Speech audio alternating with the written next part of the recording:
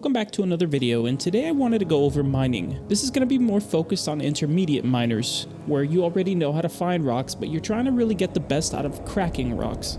The first thing we'll be going over is rock persistence. Prior to 3.17, you were not able to fly too far away from rocks as they would disappear. This has now been fixed with the ability to fly pretty far away from the rocks and still have them there when you return later. Now I've only tested it to about 18 kilometers, as there's really no point to going any further than this because it's not possible to mark locations yet.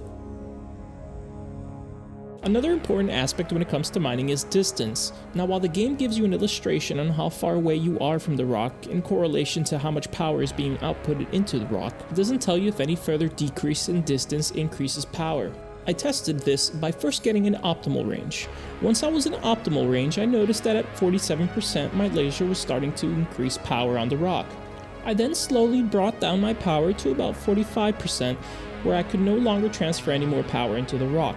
As I got closer to the rock, you could start to see the charge level rise again. This illustrated that we do in fact get more power the closer we are to a rock, even while already inside optimal range. That being said, these values do seem to be very minimal, but they could be the difference between cracking a rock or not cracking a rock. On a final note, when you do crack rocks really close ranges, be very careful, as getting too close to the rock as it cracks could cause your ship to explode.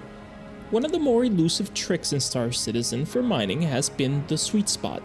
This is a point in the rock where your laser has an easier time transitioning power into the rock. This is visually demonstrated by sparks created by the laser. The more sparks and the faster they move, the more power that is being generated into the rock. With that knowledge, also keep in mind that not all sweet spots are created equally. Some sweet spots do provide a little more power boost than others. This next trick has to do with server latency. I'm not sure if it's an intended mechanic or it really is just latency abuse, but here's how it works. As you can see on this rock, I am generating enough power to increase the charge level, though it does take a long time. To circumvent this, I use a wiggle technique, where I move the laser from one weak point to another weak point. Now there's not an exact science to this because I've found that sometimes random patterns just seem to work for no reason, where sometimes straight line patterns work just as well or better. But as you experiment with the rock and just try different patterns out, you'll find something that seems to give you a beneficial power boost. This technique will take some trial and error in getting used to, but it does work. And be cautious when you're in the green zone, as sometimes it could give you a pretty strong boost, causing you to redline the rock. Now that we've gotten all the techniques out of the way, let's talk about the cracking meta. This is the mixture of modules that I have found the most proficient in cracking rocks by yourself. The combination is 2 surge modules and 1 stampede module. And for those really tricky rocks, we add in a stalwart mining gadget. This combination is all about getting your charge level into the optimal window. Once in the optimal window, you want to maintain that charge level and charge it as quickly as possible, as you won't have enough power to maintain it in the optimal window forever. Now let's look at a step-by-step on how to do this on a very difficult rock. We'll first set up our stalwart and get the levels adjusted. Then we can go ahead and head back to the mining ship. The first step is to hit it with the surge module. You want to take note of how much charge level is gained as you hit it with the surge module, as the next step is going to require you to let the power drop to then hit it with a secondary surge module. The amount of power given from the surge module is going to be the same as long as it's the same rock.